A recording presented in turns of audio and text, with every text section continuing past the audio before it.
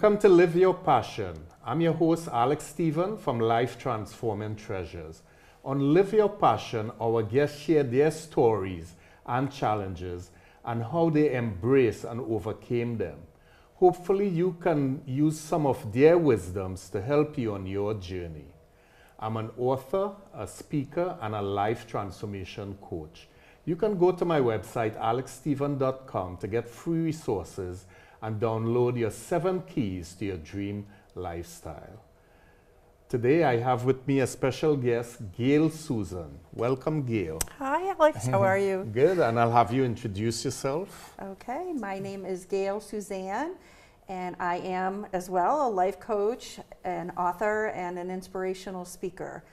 And basically, I am the hope coach for the damaged soul. That's kind of a nickname. That just to give people hope that they can live a good life, a happy life, even though they may have had challenges or abuse or rejection in the past. So, thanks so much. So that's who you are. Thanks so much for coming. Thank I you. really appreciate it. And so we'll get started, with our discussion. I know we talked about this before. Some of the challenges you had growing up, insecurity, bullying. If you could tell us a little bit and Okay. some of those experiences. Okay, so my mom was an alcoholic, and she was very violent at some points, and just I never know what to expect from her.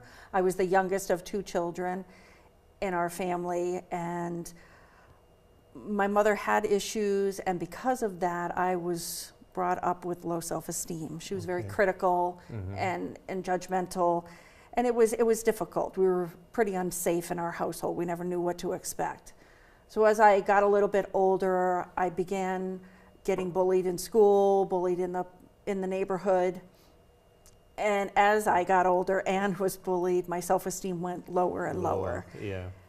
I was sexually abused at age 11 and started doing drugs and alcohol as early as age 13 just to get away from the pain and just to escape. And I married early, in my early 20s, and had a daughter, and my marriage fell apart when I was in my early 30s. And I realized at that point that my love tank, as I like to call it, was empty. I didn't have any love for myself. I really hated myself. I thought I was put on this earth just to be kind of thrown away because I didn't feel like I got that love from other people. So you had all that experience growing up, like in elementary school, it Yes. all started.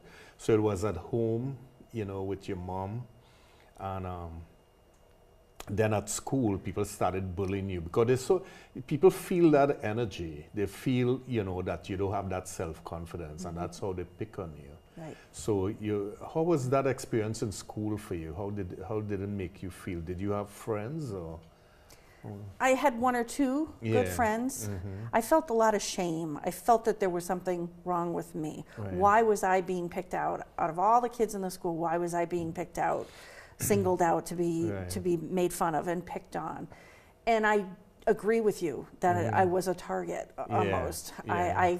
I was fearful all the time. Yeah. Fearful going to school, and I never fought back.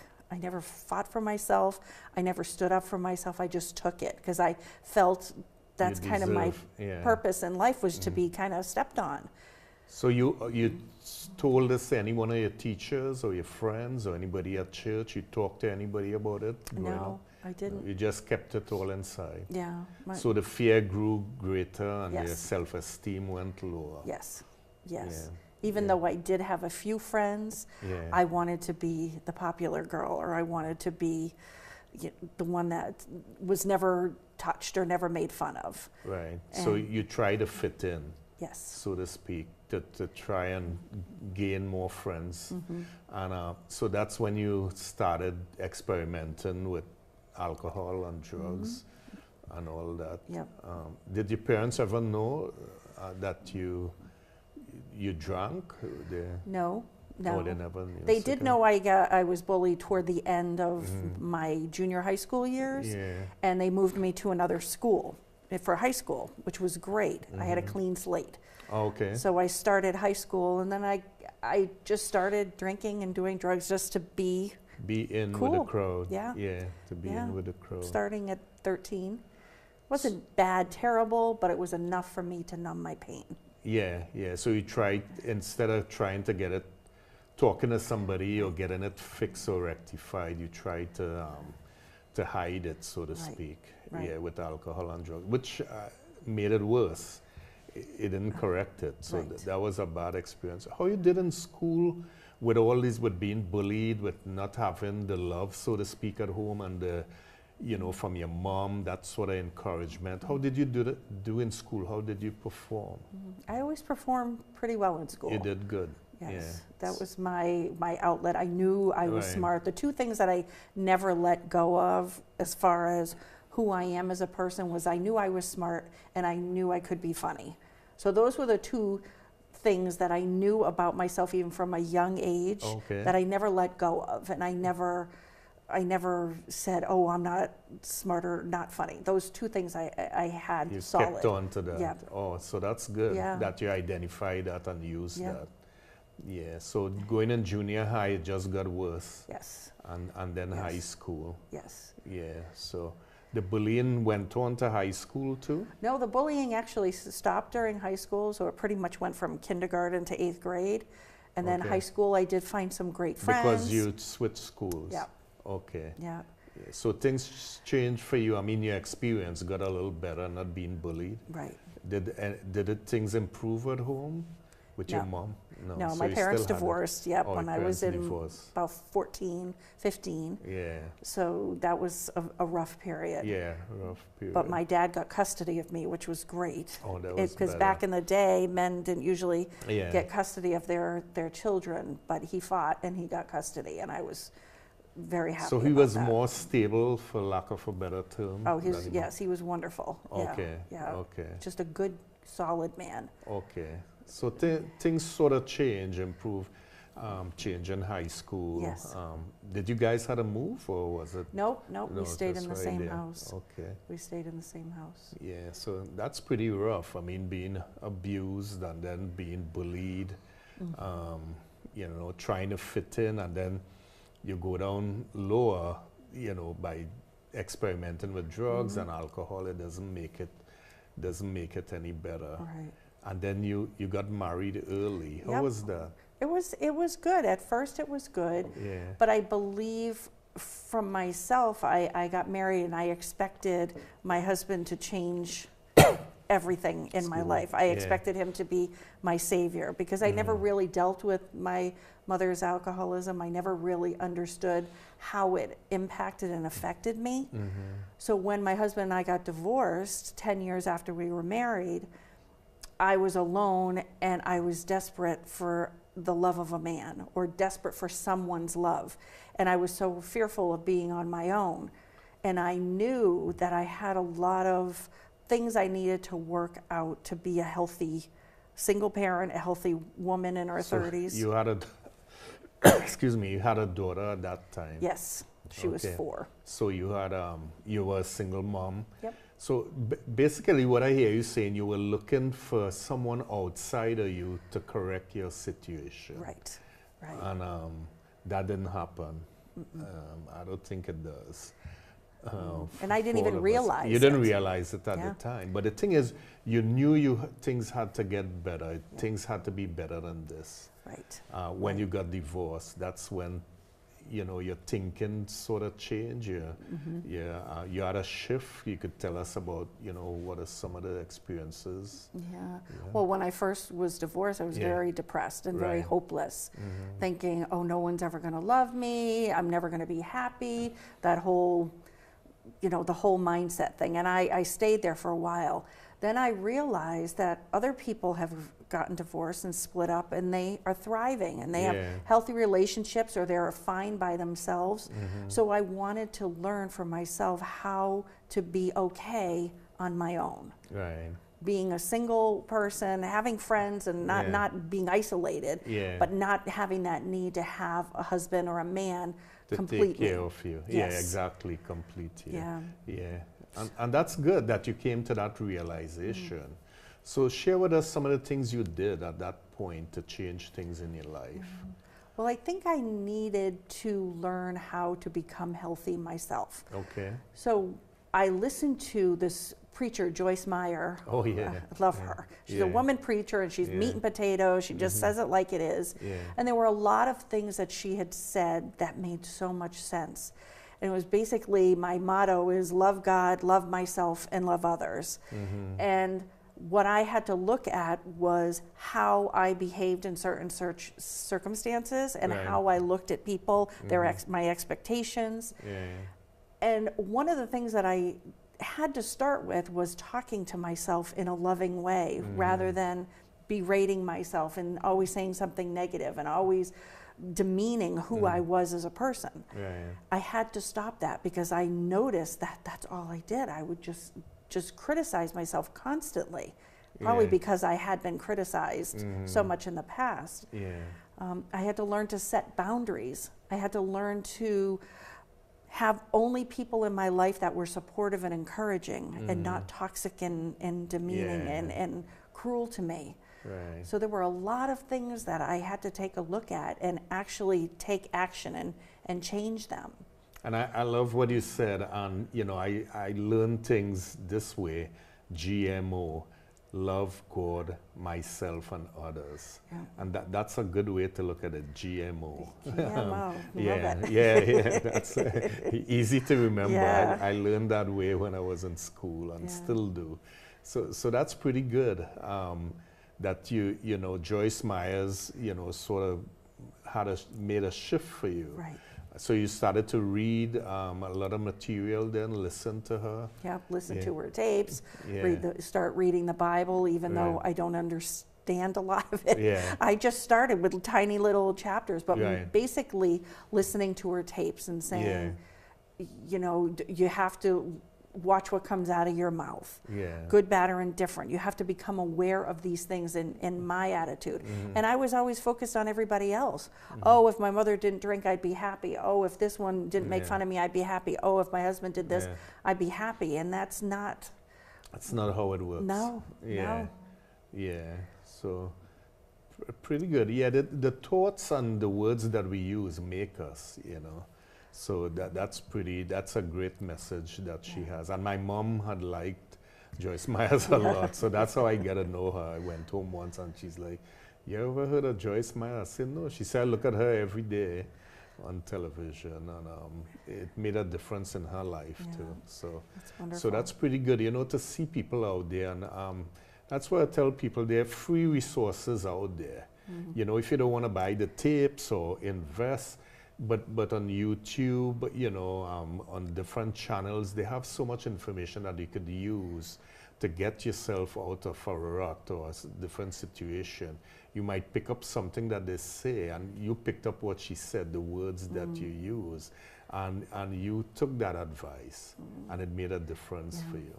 Yeah, there was a lot of work on my part Yeah, it takes a to lot. consciously Yeah. change my thought process, what I said, what I did. Yeah. So it was definitely action.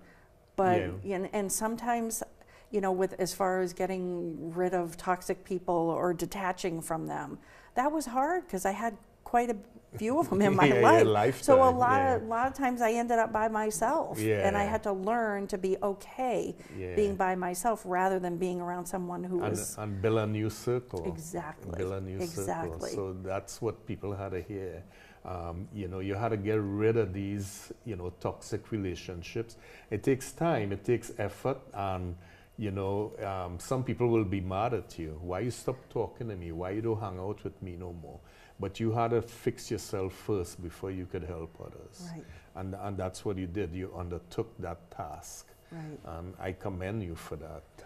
Thank you. Yeah. So what are some of the other things you did to change, you know, how you change, you know, your situation? I know you said you listened to Joyce Meyer, started to read the Bible, listened to her tapes. Was there anything else, anybody else that you spoke to, friends, new friends that you made? Oh yeah, Okay. I definitely tried to hang out with other single women who were single and okay with themselves. Right. When you grow up in an alcoholic home, you don't know what normal is.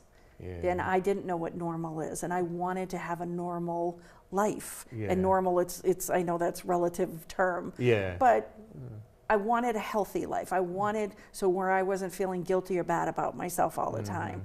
So I did hang out with women and men that were supportive, encouraging. Another thing that I did, I had to start feeling good about myself, and I had to learn what I liked. Because Yeah. I think during my marriage and during a large portion of my life, I had no idea what my interests were, what I wanted to do, because I kind of lost myself. Yeah. I was just focusing on everybody else. So this was the first time in my life that I had an opportunity to go take a pottery class or go to, learn about whatever. I mean, I did all kinds of arts and crafts and different classes and just meeting new people and just getting outside of my comfort zone to find out what I loved and what I didn't love. Yeah, that's a good term you use there. You had to get out of your comfort zone, because sometimes we stay there and it's bad for us. Yeah. We think it's good, but it's bad for us. You got to break out of that and, try new things, meet new people. And you say it's hard. It's hard in the beginning, but once you form that habit, it comes like second nature. It just started happening. You start to say more positive things. And there'll be times when we slip, you'll say something like, oh, but the thing is, your percentage increase on how much more you use positive words, how much more positive friends, and nobody's perfect. They're not perfect, but they're better than the group that you had before in terms of encouraging you, living by example, the conversation you could have with them, what information you could share with them, your experiences, and vice versa, and that's how it helps us to grow. Right. Yeah, so. And it helps you to grow and to really flourish in a way, to find out these hidden things that you love that you didn't. There were so many things that I tried that I loved that I didn't even realize that I would have an interest in. Self-care, I think it's a big part of self-care. Trying to find out what things make me feel good, or anybody. And if you have to try it in order to find out, there were a lot of things I didn't. I will never ride a horse. There are a lot of things that I know I'm not good in math. There are a lot of things that I did find out that aren't great.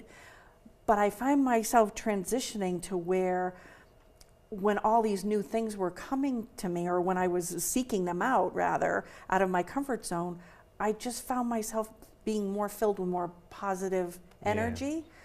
And so the negative wasn't around me as much. It was a subtle change, a subtle shift in my life, but it definitely happened. It put you in the right direction. You took a different trajectory.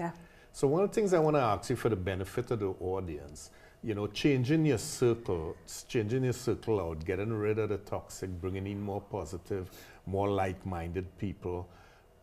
Where did you find these people? Where did you meet them? Just for the benefit of the audience, they might be like, where do I get, so just give them an idea how you started to network or meet these new people. I think at work, when I was at work, I would, if I knew someone and I saw them just randomly, there was one girl who is my dearest friend to this day, and I just happened to know that she was single and she had been divorced, she had little kids, but she always was happy. She always had a good, aura about her. And I just went in the cafeteria one day and we knew each other, but not close. And I said, would you want to have dinner with me sometime? I know that you're divorced and single, and so am I, and I don't have many divorced single friends. Would you like to? And she's like, absolutely. Because it turned out she didn't have that many divorced single friends. So it's like two lonely people, you get them together, they're not lonely anymore. But you took the initiative. I took the initiative. And that's what we want people to hear, that you have to take the initiative. And once the word get around, then people start to approach you.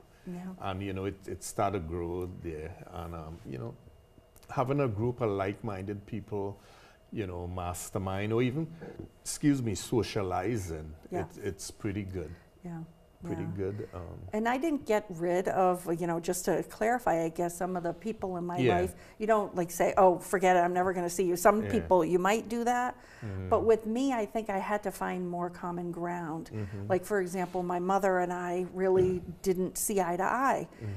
But I didn't want her out of my life completely. Well, I just yeah. wanted to have some separation between us.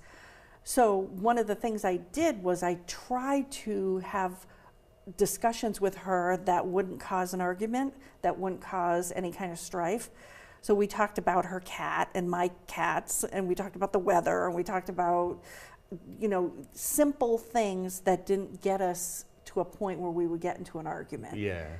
So that was a shift that way. It would get rid of the toxic part as far as she would get upset with me because I would try different churches at one point. Yeah. She's like, you need to stay in the church that you were born and raised in. I'm like, well, I'm just looking around and seeing other things, and she didn't approve of that. Yeah.